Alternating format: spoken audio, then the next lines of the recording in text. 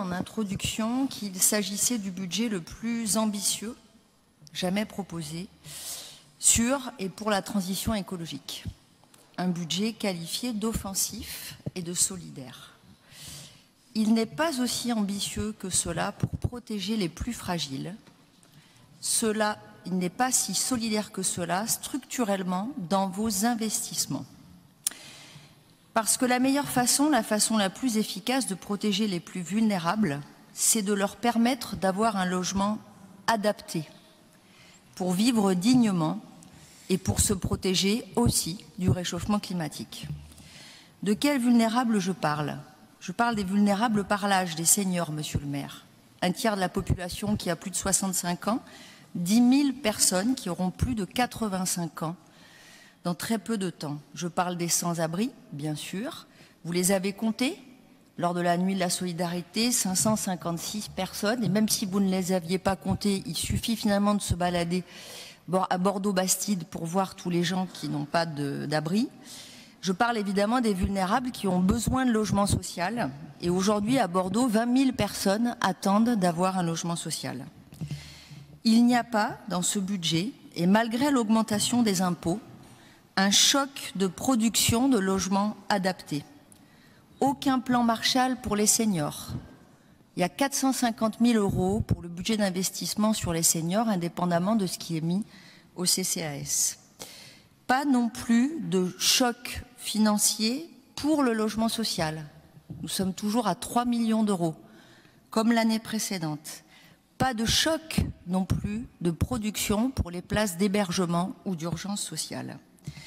Il n'y a pas dans ce budget, et malgré l'augmentation des impôts, un choc d'accélération de construction ou de rénovation des centres sociaux, qui sont pourtant le cœur et la vie dans les quartiers politiques de la ville. Et là, je voudrais vous parler du Grand Parc et je voudrais vous parler des Aubiers. Le Grand Parc, on n'a aujourd'hui pas de nouvelles sur la rénovation des 2 centres sociaux. Ils sont pourtant vraiment au cœur des préoccupations du quartier. On n'a pas de date, on n'a pas de précision. Les habitants attendent que ces centres sociaux soient rénovés. Et je voudrais un peu insister sur les Aubiers, puisque vous avez mis dans votre document qu'on était heureux d'avoir une maison France Service. Et je voudrais m'arrêter un peu ici, parce que sur ce quartier qui est le plus pauvre de Bordeaux, finalement, on avait lancé un projet de renouvellement urbain, et puis vous avez décidé de faire un avenant. Et cet avenant a pris beaucoup de temps, puisque vous n'étiez pas d'accord pour la démolition de 2 tours, alors que cette démolition avait été demandée par les services de sécurité de la préfecture. Puis on a attendu, cet avenant n'a pas été signé. À tel point que la tension est tellement importante dans le quartier que quand les travaux ont démarré sur la dalle, les engins de chantier ont été brûlés. On a même eu peur pour la vie des 2 vigiles qui s'occupaient des engins de chantier. On a aujourd'hui la Poste qui est partie, on a la MDS qui n'est pas revenue, on a le centre social qui n'est pas encore rénové et on a fait une maison de France Service. Alors bien sûr, on peut se dire que c'est mieux que rien, mais ce qu'on peut se dire aussi, c'est qu'on fait une maison de service public quand les services publics s'en vont. Et vous le savez, vous l'avez déploré aussi, Aquitanie c'est parti. Donc il n'y a plus de service aux Aubiers.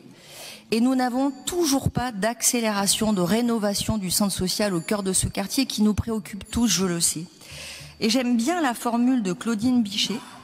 Et finalement, je vais la reprendre à mon compte sur cette intervention, sur la production de logements et sur la rénovation de ces centres sociaux.